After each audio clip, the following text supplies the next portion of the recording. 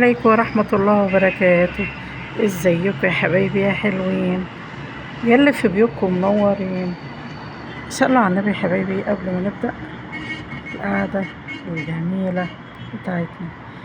اللهم صل وسلم وبارك على سيدنا محمد. طبعا يا حبايب قلبي، بنهنئ اخواتنا في سوريا، ومش عايزاكم تبطلوا دعاء ليهم. ربنا يا رب يصلح حالهم ويتمم لهم على خير، وينصر اخواتنا وحبايبنا في غزة العزة. قادر يا كريم عاجلا وليس آجلا يا رب. كما فرقت كرب اخواتنا في سوريا، فرق كرب اخواتنا في غزة العزة، وفي السودان، وفي لبنان، واليمن، وكل بقاع الأرض المكروبين. وربنا يحقق كل أمل كل واحد نفسه في حاجة. اللهم آمين اللهم آمين. تعالوا بقى يا حبايب قلبي، بما إننا بقى في المدارس وأيام المدارس والجامعات وكده، عايزة بس أقعد بس وقت إن شاء الله، أتمنى إن هو ما يبقاش طويل قوي، دردشة كده مع بعضنا. احنا دلوقتي اثناء المدرسة ممكن بنحمل ولادنا فوق طاقتهم من غير ما ناخد بالنا، وممكن عن قصد. لا، ما اظنش عن قصد دي، لان ما فيش اي ام او اي اب بتتمنى لولادها التعاسة او انها توصل ابنها او بنتها لحالة نفسية زي ما بنقول كده لا يرثى له. ما اقرب لكم الكاميرا كده عشان اجيب لكم الحصان اللي هو عمال يتنطط ده. نبص نلاقي في بعض الاحيان بندخل ولادنا في حالة نفسية سيئة. في منهم اللي بيقدر يتكلم، وطبعا انا مش مع بيقدر يتكلم برقي، وفي منهم اللي هو بيتكلم يعني زي ما نقول ببجاحة، بغلظة، بقلة أدب، زي ما بنقول عدم تربية. وللأسف في بعض الأحيان إحنا اللي بنوصلهم لهذا الموضوع. بمعنى أكتر، عشان اللي مش واخد باله أنا أقصد إن مثلا أنت حالتك المادية على قدها، ابنك طلب منك حاجة، ما افضلش بقى ألومه. ده انت بتاخد دروس وما انتش نافع، ده انت بتذاكر، ده انا بروح اشتغل. الاب يقعد يقول انا بروح اشتغل ليل ونهار عشان اوفر لك تمن الدروس ده، وانت ما فيش فايدة، انت جبلة، انت في بعض الاحيان تبص تلاقي الامهات والله مهما اعمل لكم عمره ما هيطمر فيكم، لو قلتلكوا صوابعي كلها شمع عمره ما هيطمر فيكم. حاجات من هذا القبيل. هل ولادنا لهم ذنب في هذا الموضوع؟ لا طبعا، انا من وجهة نظري لا. يعني في بعض الاحيان تبص تلاقي الولاد في مدارس خاصة، هما ما قالولكش ودينا مدارس خاصة، ما قالولكش حضرتك عيشنا في مستوى غير يعني اكبر من امكانياتك. لا، الطفل زي ما هتعوده على اكل معين، خلاص سيستم نفسه على وضع معين، هتعوده على وضع عالي، وانت مستواك المادي ما تقدرش، يبقى خلاص ما تلومش غير نفسك.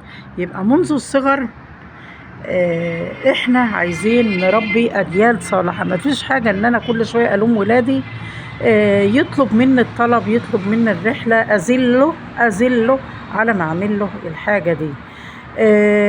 مثلا تبص تلاقي بعض الأحيان الأم اترملت، ده قضاء وقدر، ده حاجة مش انتي اللي اخترتيها، أو مش ولادك اللي اختاروها لك. تبص تلاقي على طول الأم منهارة، على طول نفسية تعبانة. عبء عليك المركب.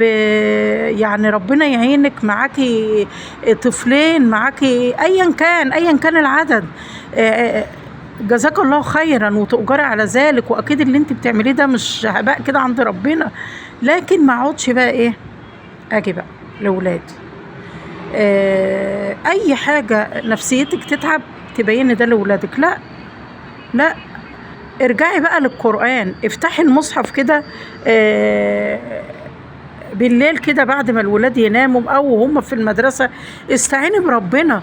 ما تستعينيش بقى ان انت تحطي ضغوطاتك الحياة بتاعت الحياة اليومية معاكي في ايه، ان انت تتنفسي تتنفسي على اولادك، لا لا.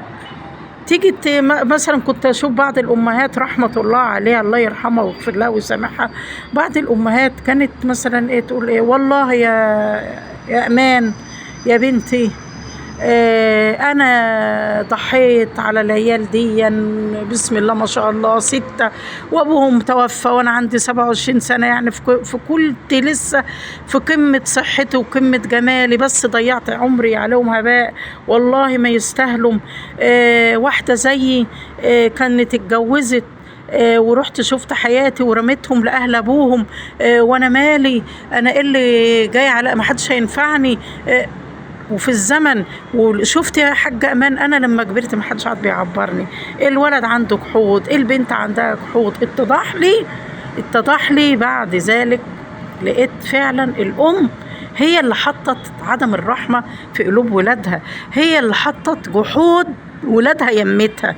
ما تزعلوش مني يا أمي، خدي بالك من هذا الموضوع. بمعنى تاني، تيجي مثلا ده انتوا السبب، لولاكم كنت اتجوزت وكنت رميكم وكنت يا ريتني ما كنت عشت لكم، يا ريتني ما كنت رميكم لاهل ابوكم، كانوا ربوكم من بعد ابوكم ما مات، والكلام ده كله. لا، في حاجة تانية بقى، الأسلوب الراقي اللي أنا فاكرين الست اللي هي كان معاه ما شاء الله ولاد وبنات، وكانت بتتعامل مع ولادها بالطيبة وبالحسنى. هتقولي ما أنا بتعامل يا ماما أمان بالطيبة والحسنى، لا، أنا ما أقصدش الطيبة والحسنى اللي أنت تقصديها الأكل والمأكل والشرب وخلاص بعد كده ندوم فوق دماغهم، لا، أنا أقصد الست دي نجحت في حياتها، رحمة الله عليه. الست دي مثال تاني بقى، مثال للأم الناصحة. كانت زوجها على قده قوي، وعلى طول مشاكل ويشتمها ويضربها، ويعني نصيب، وكان أهلها على قدهم، يعني يعتبر كده ايه، ابوها مات وهي طفله صغيره، وامها يعني ست لا حول لا ولا قوه، واخواتها نفس القصه. كانت بتتعامل مع اولادها ايه، بالاستعطاف، تقعد كده جنب اولاد، يا اولاد نفسي كده ربنا يكرمني فيكم، والله مهما اعمل ومهما اخدمكم ليل ونهار اديكم رموش عيني، بس عايزاكم تجتهدوا، نطبطب على اولادنا كده زي ما بقول لكم في اللايفات، نبصهم ناخدهم في حضننا. في حاجه طلبها منك ابنك او بنتك، امكانياتك الماديه ما تسمحش، او امكانياتك النفسيه او الجهديه او الصحيه ما انتش قادره، مثلا ابنك طلب منك اكله معين، ما تفضليش بقى بقول لك ايه، انت طلباتك ما بتهمتش، اقعد بقى ساكت، انا مش فايقه اقوم اعمل لك دلوقتي. لا، في طريقه تانية ممكن ايه، محمد انت عايزها دلوقتي يعني اعملها لك حالا يعني، ولا ممكن بس تستنى عليا بس ايه ساعة كده، على بس ايه يعني هقوم واعملها لك، عشان بس ايه انا طول النهار بس كنت يعني بعمل شوية حاجات، بس هقرأ مثلا شوية قرآن. جيبي المصحف وتقرأي فيه، ما تقولولوش بقى ده انا رجلي وجعاني، وما فيهاش حاجه لما تقولوا له رجلي وجعاني، بيتعاطف معاكي، بس ما تقولولوش بقى بسببكم، ما تقولولوش عشان كنتم مطلعين عينيه، ده انا طول النهار واقفه في المطبخ واغسل واعمل وانشر لا، الطفل او الشاب او او ابنك بمعنى اصح ما بيهموش هذا كله، هو عايز طلباته تبقى مجابه، واحنا عايزين طلباتهم تبقى مجابه. عيطي لهم، خدوهم في حضنك يا حبايبي. ياه، ده انا بحمد ربنا ان انا اتجوزت باباكم رحمة الله عليه، او انفصلت حتى مفيش مشكلة، ربنا يسهل له، ان انتم اللي طلعت بالثمرة من الجوازة دي بيكم، ده انتوا نور عيني، ده انتوا طريق حاجات الجميلة اللي ولادنا للأسف مفتقدينها. لما بتستعطفي ولادك كده كبار صغار كبار صغار كبار صغار، هتغير منهم كتير. انا نفسي هقول لكم مثل معايا. انا نفسي ممكن اشد بعض الاحيان وممكن ارخي. طبعا الايام دي رجليا وجعاني زي ما انتوا عارفين. وجدت ابني، مع انه ساعات بيتنرفز بس بحاول احتويه. ليه؟ لان انا عارفه دي مرحله مراهقه.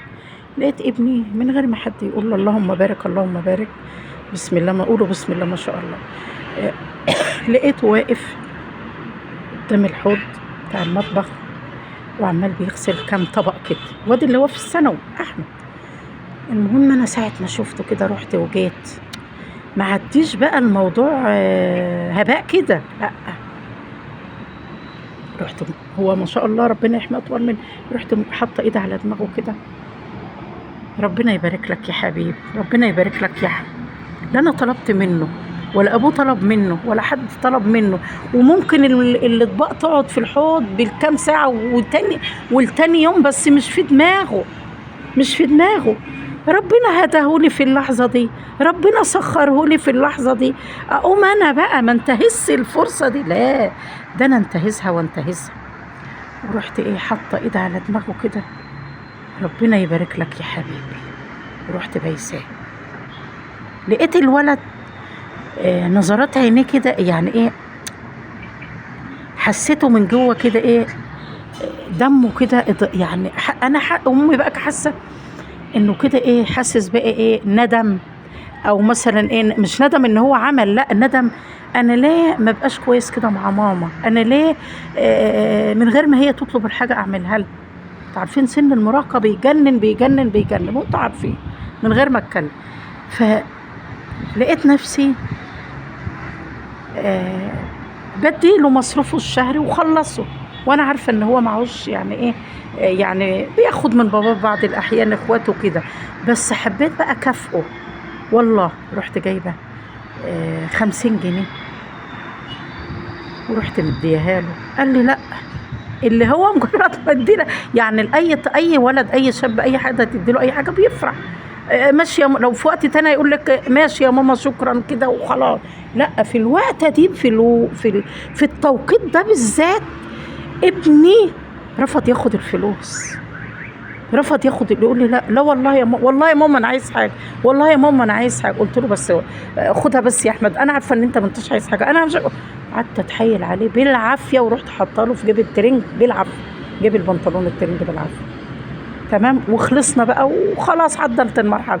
بصيت لقيت حد من بناتي تاني يوم بنتناقش مع بعض، وانا وهي وبابا، بتقول له بص يا بابا، المعامله بالمثل، الطفل لما بتتعامل معاه برقي بيديك النتيجه الايجابيه اللي بتريحك انت في الرد كأب، وفي نفس الوقت بيعود على الاسره كلها.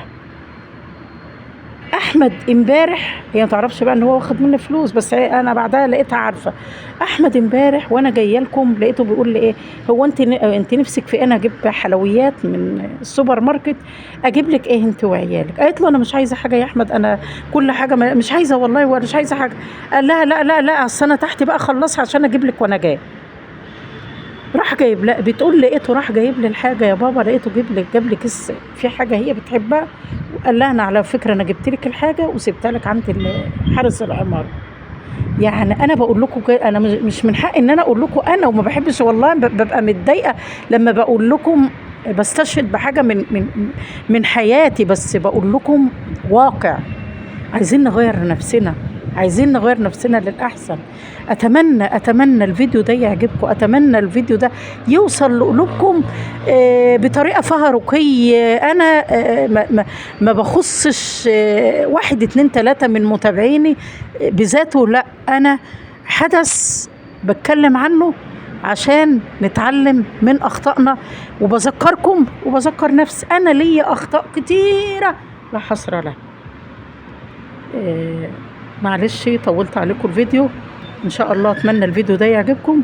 استودعكم الله الذي لا تضيع ودائعه، والسلام عليكم ورحمه الله وبركاته. ما تنسوناش باللايك.